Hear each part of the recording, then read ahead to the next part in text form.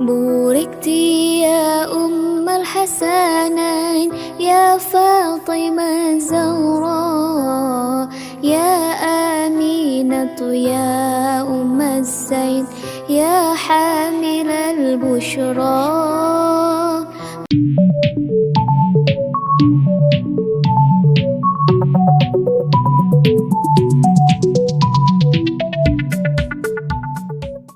Kata Nabi SAW, kalian akan jumpai 4 wanita pemimpin syurga. Kalian akan jumpai 4 perempuan pemimpin syurga. Yang pertama, Maryam binti Imran. Yang kedua, Asiyah binti Muzahim.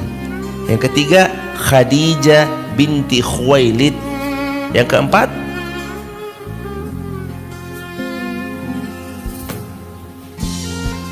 siapa yang keempat? Fatimah binti Muhammad sallallahu alaihi wasallam.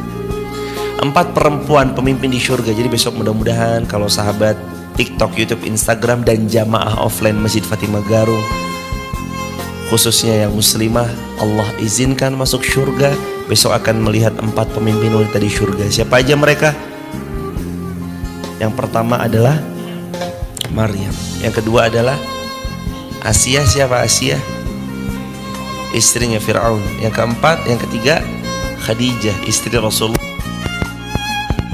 Fatimah, putrinya Rasulullah sallallahu alaihi wasallam. Dan hadis itu pujian kepada ibunda Maryam, bahwasanya beliau adalah wanita yang mulia, menjaga kehormatan dirinya.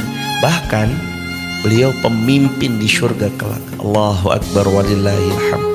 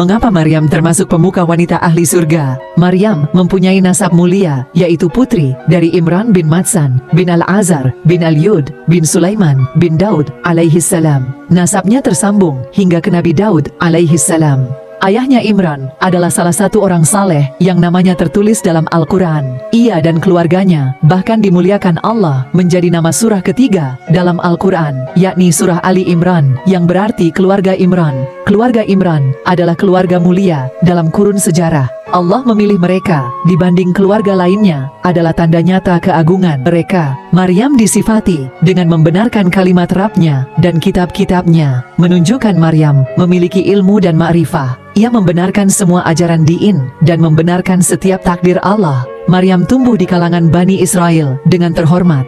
Maryam adalah salah seorang wanita ahli ibadah, berada di dalam pemeliharaan suami saudaranya, yaitu Zakaria, salah seorang nabi dari Bani Israel, serta pembesar yang dijadikan tempat bertanya dalam masalah agama. Zakaria melihat bahwa Maryam memiliki karamah yang melimpah. Maryam adalah wanita terhormat yang menjaga dirinya dari zina karena kesempurnaan agama dan penjagaan dirinya. Karenanya Allah katakan, maka kami tiupkan ke dalam rahimnya sebagian dari ruh ciptaan kami. Allah mengutus Jibril mendatangi Maryam dalam bentuk manusia sempurna. Maryam, mohon perlindungan kepada Allah. Jibril menyampaikan bahwa dia malaikat utusan Allah untuk memberi anak laki-laki yang suci. Lalu Jibril meniupkan ruh di lengan bajunya, yang kemudian ruh itu turun hingga mengalir ke farji, sehingga ia mengandung anak dengan izin Allah Ta'ala. Ketika ia hamil, ia merasa kesulitan, tidak tahu apa yang harus dikatakan pada orang-orang, karena orang-orang pasti tidak akan percaya ceritanya. Padahal ia bercerita dengan jujur. Maryam lalu ingin menceritakan perihal dirinya pada saudara perempuannya, yaitu istri Nabi Zakaria. Ketika bertemu saudaranya, ia pun hamil. Kemudian, saudaranya melihat bahwa bayi dalam perutnya menghormati dan tunduk pada bayi yang ada dalam perut Maryam. Maryam mengasingkan diri ketika mengetahui hamil tanpa seorang laki-laki. Demi keselamatan bayinya, Maryam melakukannya sebagai tugas seorang ibu dan mampu menggoyangkan pohon kurma hingga menjatuhkan buahnya. Berkah buah kurma memberi kekuatan bagi Maryam untuk melahirkan, dan atas petunjuk Allah, dia diminta berpuasa untuk diam dan tidak berbicara dengan siapapun. Ketika Maryam dituduh berzina, maka ia cukup berisyarat pada putranya Isa. Bayi itu pun berbicara atas kuasa Allah. Sesungguhnya aku ini hamba Allah. Dia memberiku Alkitab, Injil, dan dia menjadikan aku seorang nabi. Karena kemuliaannya, Maryam diabadikan dalam salah satu surat Al-Quran sebagai penghargaan tertinggi yang diberikan oleh Allah Ta'ala. Kisah Maryam dalam Al-Quran terdapat dalam surah Maryam. Surah Maryam juga memuat beberapa ayat yang memuji Maryam sebagai sosok yang istimewa. Kisah sang perawan suci, Maryam binti Imran, ibu Nabi Isa alaihi salam. Part 1. Dengarkanlah kisahnya. Maryam adalah wanita soleha yang sangat istimewa. Karena keistimewaannya, Allah menjadikan nama Maryam untuk salah satu nama surah dalam Al-Quran. Maryam lahir di daerah Palestina. Maryam lahir dari pasangan Hannah dan Imran, pasangan yang dikenal sebagai ahli ibadah. Ibunya Hannah adalah adik dari istri Nabi Zakaria. Sehingga Maryam adalah keponakan Nabi Zakaria. Setelah berusia 5 tahun, ibunya membawa serta menyerahkan Maryam ke rumah Allah, Baitul Maqdis. Yang mana Maryam sudah dinazarkan menjadi pelayan yang hikmat dan melayani keperluan di rumah Allah. Nabi Zakaria menjadi wali Maryam selama Maryam mengabdi di Baitul Maqdis. Saat di Baitul Maqdis, Nabi Zakaria menyiapkan satu tempat khusus yaitu mihrab untuk Maryam beribadah. Setiap hari Nabi Zakaria menjaga Maryam dari orang yang bukan mahram. Maryam tumbuh menjadi perempuan yang taat. Ia menghabiskan malam untuk beribadah, siang untuk berpuasa. Ketika Nabi Zakaria masuk ke mihrab Maryam, ia mendapati di sisi Maryam ada rezeki yang luar biasa. Nabi Zakaria melihat ada banyak makanan dan buah-buahan di sana. Nabi Zakaria bertanya, "Hai Maryam, dari mana kamu memperoleh makanan ini?" Maryam menjawab, "Makanan itu dari sisi Allah. Sesungguhnya Allah memberi rezeki kepada siapa yang dikehendakinya tanpa hisab." Suatu hari saat Maryam beribadah, Allah mengutus malaikat Jibril datang kepadanya dalam wujud seorang lelaki tampan. Melihat lelaki tak dikenal tiba-tiba ke mihrabnya, Maryam takut sesuatu yang buruk akan menimpanya. Maryam berkata kepada lelaki itu, "Sesungguhnya aku berlindung kepada Tuhan yang Maha Pengasih darimu, jika kamu seorang yang bertakwa." Malaikat Jibril menjawab, "Aku adalah utusan Allah kepadamu. Aku bukanlah manusia." Wahai Maryam, sesungguhnya Allah menyampaikan kabar gembira kepadamu tentang kelahiran anak dengan kalimat darinya. Jibril melanjutkan, namanya Isa Al-Masih, seorang terkemuka di dunia dan di akhirat serta termasuk orang-orang yang didekatkan kepada Allah. Mendengar dirinya yang akan memiliki putra, Maryam kaget. Maryam belum menikah, dan dia juga bukan pezina. Dia berkata, "Bagaimana mungkin aku memiliki putra, sedangkan aku tidak pernah disentuh lelaki manapun?" Malaikat Jibril menenangkan Maryam dan berkata, "Tuhanmu berfirman, hal itu sangat mudah bagiku. Kami menjadikan peristiwa ini sebagai tanda kebesaran dan rahmat bagi manusia. Ini adalah sesuatu yang telah diputuskan." Maryam berserah diri dan menerima keputusan Allah. Sejak itu, dia mengandung Isa. Untuk menghindari cemoohan Bani Israel, Maryam mengasingkan diri ke tempat yang jauh. Sebelum pergi, seseorang dari kaumnya, Yusuf bin Yakub An-Najjar, menyadari kehamilan Maryam. Seketika, kabar tentang kehamilan Maryam pun tersebar. Semua orang mengira Maryam sudah berbuat hal yang tidak sepantasnya.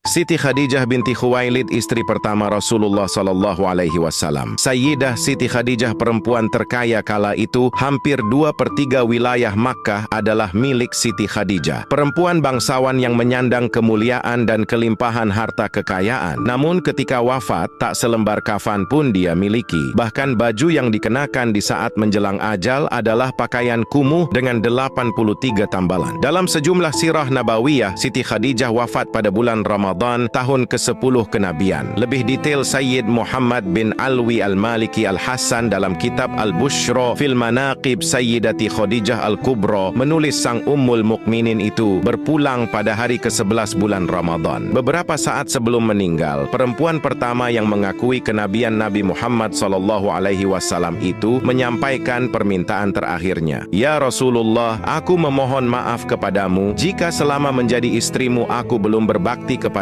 Kata Khadijah, seperti dikutip kitab Al-Bushra fil Manaqib Sayyidati Khadijah Al-Kubra halaman 16. Mendengar perkataan sang istri, Rasulullah menjawab, jauh dari itu ya Khadijah. Engkau telah mendukung dakwah Islam sepenuhnya, jawab Rasulullah. Dengan nada lirih, Khadijah berkata kepada Rasulullah Sallallahu Alaihi Wasallam bahwa dirinya sudah tak punya apa-apa lagi untuk mendukung perjuangan Islam. Seluruh hartanya telah habis. Sementara perjuangan Rasulullah Sallallahu Alaihi Wasallam dalam menyebarkan Islam belumlah selesai. Wahai Rasulullah, seandainya nanti aku mati sedangkan perjuanganmu ini belum selesai, sekiranya engkau hendak menyeberangi sebuah lautan, sekiranya engkau hendak menyeberangi sungai, namun engkau tidak memperoleh rakit atau jembatan, maka galilah lubang kuburku, ambillah tulang belulangku, jadikanlah sebagai jembatan untuk kau menyeberangi sungai itu, supaya engkau bisa melanjutkan dakwahmu, kata Khadijah. Menjelang ajalnya pun, Khadijah tidak berani meminta sesuatu kepada Rasulullah. Dipanggillah Fatimah putri satu-satunya. Ya Fatimah putriku, aku yakin ajalku segera tiba. Bisik Khadijah kepada Fatimah sesaat jelang ajal. Yang kutakutkan adalah siksa kubur. Tolong mintakan kepada ayahmu agar beliau memberikan sorbannya yang biasa digunakan untuk menerima wahyu, agar dijadikan kain kafanku. Aku malu dan takut memintanya sendiri, kata Khadijah dengan suara lirih kepada putri semata wayangnya itu. Mendengar hal itu, Rasulullah berkata, wahai Khadijah, Allah menitipkan salam kepadamu dan telah dipersiapkan tempatmu di surga, kata Rasulullah Sallallahu Alaihi Wasallam, dan disambut senyum Khadijah. Tak lama mendengar itu, Ummul Mukminin, ibu kaum mukmin pun menghembuskan nafas terakhirnya di pangkuan Rasulullah. Didekapnya sang istri itu dengan perasaan pilu yang teramat sangat. Tumpahlah air mata mulia Rasulullah dan semua orang yang ada di situ. Dalam suasana tangis dan duka menyelimuti keluarga Rasulullah Sallallahu Alaihi Wasallam, malaikat Jibril turun dengan mengucap salam dan membawa 5 kain kafan. Kemudian Rasulullah menjawab salam Jibril dan bertanya, untuk siapa sajakah kain kafan itu ya Jibril? Tanya Rasulullah. Kafan ini untuk Khadijah, untuk engkau ya Rasulullah, untuk Fatimah, Ali dan Hasan, jawab Jibril yang tiba-tiba berhenti berkata, kemudian menangis. Rasulullah lalu bertanya, kenapa ya Jibril? Cucumu yang satu, Husain, tidak memiliki kafan. Dia akan dibantai, tergeletak tanpa kafan dan tak dimandikan, jawab Jibril. Setelah mendengar jawaban Jibril, Rasulullah berkata di dekat jasad Khadijah, wahai Khadijah istriku sayang, demi Allah, aku takkan pernah mendapatkan istri sepertimu. Pengabdianmu kepada Islam dan diriku sungguh luar biasa. Allah Maha mengetahui semua amalanmu. Semua hartamu kau hibahkan untuk Islam. Kaum muslimin pun ikut menikmatinya. Semua pakaian kaum muslimin dan pakaianku ini juga darimu. Namun mengapa permohonan terakhirmu kepadaku hanyalah selembar sorban? Rasulullah pun tampak sedih. Oh Khadijahku sayang, kau meninggalkanku sendirian dalam perjuanganku. Siapa lagi yang akan membantuku? Aku ya Rasulullah, sahut Ali bin Abi Thalib, sang menantu saat di samping Rasulullah. Di samping jasad Siti Khadijah, Rasulullah kemudian berdoa kepada Allah. Ya Allah, ya ilahi Rabbi, limpahkanlah rahmatmu kepada kepada Khadijahku yang selalu membantuku dalam menegakkan Islam, mempercayaiku pada saat orang lain menentangku, menyenangkanku pada saat orang lain menyusahkanku, menenteramkanku pada saat orang lain membuatku gelisah.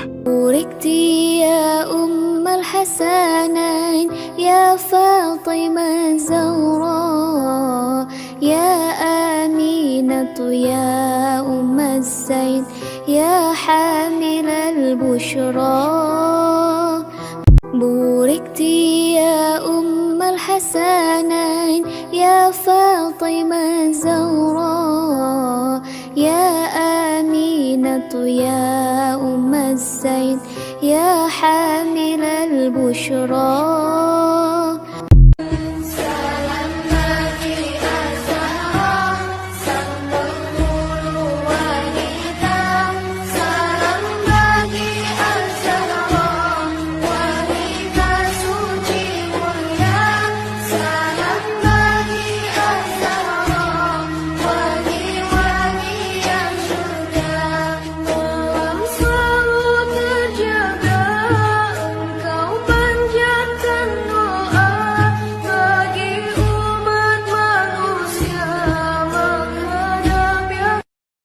Pagi, tanggal 3 Ramadan tahun 11 Hijriah, Sayyidah Fatimah mandi dan mengenakan pakaian baru, kemudian berbaring di tempat tidur.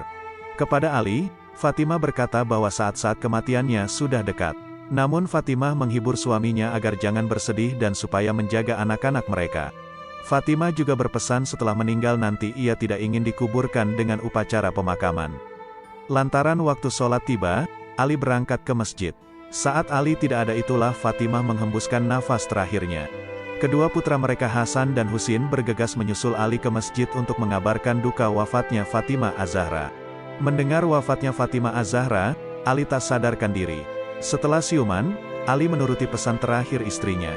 Fatimah dikuburkan secara diam-diam tanpa upacara. Tidak ada warga Madinah tahu selain Ali dan keluarga terdekat. Di saat Sayyidina Ali bin Abi Thalib memasukkan jenazah istri tercintanya, Sayyidah Fatimah Az-Zahra ke liang lahat, beliau menangis terisak-isak. Sehingga putranya Sayyidina Hasan berkata, "Wahai ayahku, apakah gerangan yang membuat dirimu menangis sedemikian rupa?" Sayyidina Ali menjawab, "Wahai putraku Hasan, aku teringat pesan kakekmu Rasulullah Shallallahu Alaihi Wasallam. Beliau bersabda, kelak putriku telah tiada wahai Ali, maka akulah yang pertama kali menerima jasadnya di liang lahat. Demi Allah wahai Hasan putraku, aku melihat tangan kakekmu Rasulullah Shallallahu Alaihi Wasallam menerima jasad ibumu Fatimah. Aku melihat kakekmu menciumi wajah ibumu Fatimah." Sayyidina Ali bin Abi Thalib berkata, "Wahai Rasulullah Shallallahu Alaihi Wasallam, kini aku kembalikan amanah yang telah engkau berikan kepadaku. Aku kembalikan belahan jiwamu, yang dimana jika engkau rindu akan surga, engkau cium wajah suci putrimu Fatimah Az-Zahra." Allah tunjukkan siapa perempuan paling keren di akhirat. Allah tunjukkan siapa perempuan paling mewah di akhirat. Allah tunjukkan siapa perempuan paling anggun, paling elegan di akhirat nanti, di mana semua orang ketakutan pada hari itu di padang mahsyar. Allah justru terdapat panggilan, "Ya ahlal mahsyar ghuddurusakum." Penghuni mahsyar, tundukin kepala kalian semua, tundukkan hati kalian semua, kepalanya tundukin, matanya jangan pakai ngelirik-lirik, tundukin semuanya, hormat semua. Kenapa nih Allah? Fa inna Fatimah bintu Muhammad satamurru ala sirat. Karena sungguhnya Fatimah putri Nabi Muhammad akan melangkah di atas jembatan sirat. Yang lain ketakutan, yang ini dipestain.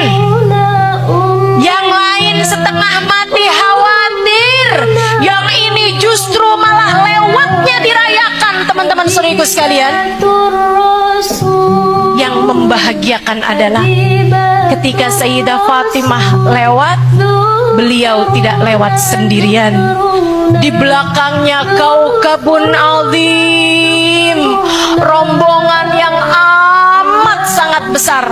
Di belakang Sayyidah Fatimah, perempuan-perempuan sepanjang zaman, ribuan perempuan-perempuan di belakang Sayyidah Fatimah akan juga ikut melangkah di atas jembatan. Di belakang Sayyidah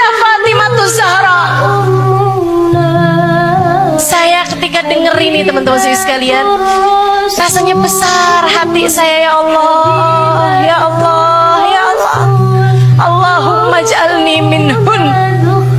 Jadikan saya salah satu di antara mereka. Kalau Nabi Muhammad bilang ada 70 orang di belakang Sayyidah Fatimah, kayaknya saya kecil hati dan mau doa. Kalau Nabi Muhammad bilang 1000 orang di belakang Sayyidah Fatimah, saya juga kecil hati dah saya. Enggak berani doa. 1000 orang, 1000 orang, dikit banget. Tapi yang diceritakan sama Nabi Muhammad alaihissalam, innaha kaukabun azim, sesungguhnya ada rombongan sangat besar di belakang Sayyidah Fatimah, membuat saya berani berdoa, Allahumma jalni minhun, ya Allah, selipkan saya di antara mereka, selipkan kami di antara mereka, selipkan kami di antara mereka, ya Allah. Jadikan kami ada di belakang mereka, ya Allah. Kalaupun kami kesulitan untuk mencontoh baginda kami Sayyidah Fatimah Zahra, junjungan kami Sayyidah Fatimah Zahra, tuan putri kami Sayyidah Fatimah Zahra, akan tetapi Engkau yang melihat, ya Allah.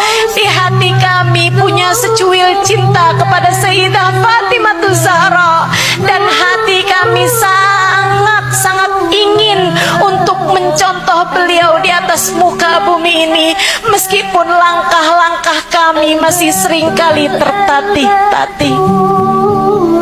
Ya Allah, sebagaimana Engkau telah menjadikan Sayyidah Fatimah Zahra perempuan yang mampu menjaga diri dalam sepanjang hidupnya, jadikanlah perempuan-perempuan yang ada di tempat ini perempuan-perempuan yang mampu menjaga dirinya. Jauhkanlah kami dari dosa-dosa, ya Allah, sebagaimana Engkau telah menjauhkan Sayyidah Fatimah dari dosa-dosa. Ya Allah, jadikanlah kami tidak mudah untuk menampilkan diri kami di hadapan laki-laki yang bukan mahram kami, ya Allah. Sebagaimana Engkau telah menjadikan Sayyidah Fatimah sebagai perempuan yang paling terjaga dan tidak pernah menampilkan dirinya di hadapan kaum laki-laki. Ya Allah, ya Allah, ya Allah.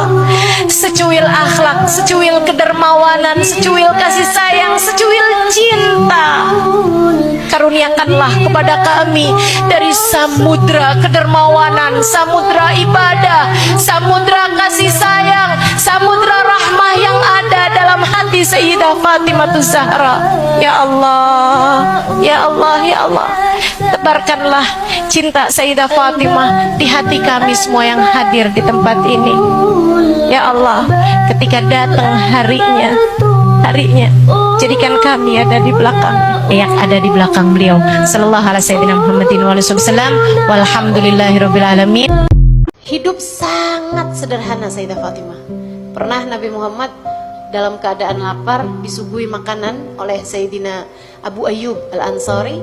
Nabi mengambil beberapa potong daging di situ.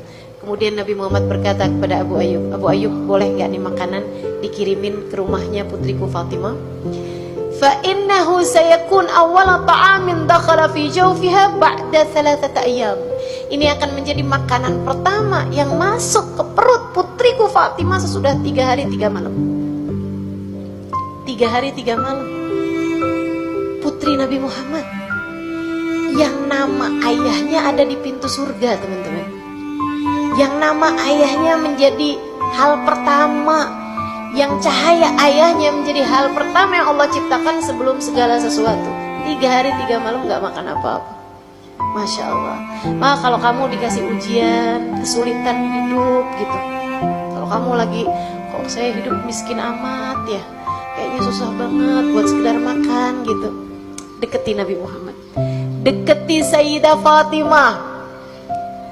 Deketi Sayyidah Fatimah, teman-teman saudariku sekalian. Deketi Sayyidah Fatimah. Habis sholat, baca Fatihah, kirim ke Sayyidah Fatimah sambil bilang, Tuhan, saya kayaknya dimiripin hidup saya denganmu. Ya Sayyidah, hidupku sepertinya mirip dengan hidupmu. Susah nih, buat makan sehari-hari aja susah. tapi hati saya tak mirip dengan hatimu. Saya minta kepada Allah agar saya dikaruniai kesabaran seperti kesabaranmu, qanaah seperti qanaahmu. Saya minta kepada Allah agar Allah SWT yang telah memiripkan keadaan saya dengan keadaanmu, semoga di akhirat mempertemukan saya denganmu. Minta sama Allah SWT untuk segala kesulitan-kesulitan kehidupanmu, dekati Sayyidah Fatimah. Dan teman-teman saudaraku sekalian, dalam keadaan apapun memang kita perlu deketin Sayyidah Fatimah. Sayyidah Fatimah perempuan yang sangat mulia. Sampai-sampai Nabi Muhammad bilang, innaki ya Fatimah sayyidah nisa ahlil jannah. Sesungguhnya engkau wahai Fatimah pemimpin wanita surga. Jadi kalau mudah-mudahan amin kita semua masuk surga, amin. Pimpinan kita Sayyidah Fatimah Zahra, teman-teman. Makanya mesti deket-deketin keadaan kita sama Sayyidah Fatimah. Ustaz, kalau dapat suami tak elok boleh masuk syurga ke Ustaz? Tuan-tuan, apa cerita isteri Fir'aun? Cerita isteri Fir'aun ialah Asiah ini, walaupun suaminya ialah Fir'aun, tetapi kisah kesolehannya disebutkan oleh Allah di dalam Al-Quran. Suami dia manusia yang paling zalim atas muka bumi ni. Suami Asiah bukan sahaja manusia yang paling zalim, bahkan dia adalah manusia yang paling kufur bila dia mengaku dia Tuhan. Walaupun bersuamikan Fir'aun yang gamak untuk zalimnya Fir'aun ni, tuan-tuan, satu je contoh dia, iaitu selepas Fir'aun mimpi ada seorang daripada Bani Israel akan meruntuhkan kerajaan dan kekuasaannya, Fir'aun arahkan pada tahun itu, bermula daripada hari ini, semua bayi lelaki Bani Israel mesti dibunuh. Bukan dia suruh bunuh orang tua, bukan dia suruh bunuh pejuang-pejuang yang muda, dia suruh bunuh bayi. Tuan-tuan, bersuamikan Fir'aun, macam mana bayang dia? Sayyidah Asiah, istrinya Fir'aun itu kan meninggalnya dalam keadaan apa?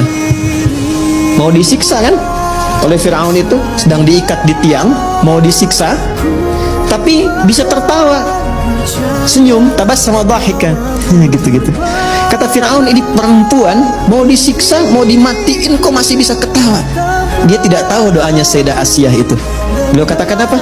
Rabbi bnili indaka baitan fil jannah wa najjini min fir'auna wa amali. Ya Allah, mohon berikan kepastian janjimu, bangunkan aku satu rumah di surga dan selamatkan aku dari kejamnya siksa Fir'aun itu. Karena itu beliau diwafatkan sebelum menerima siksaan Fir'aunnya, dan saat akan wafatnya ditampakkan surganya, makanya senyum. Ya badratin minha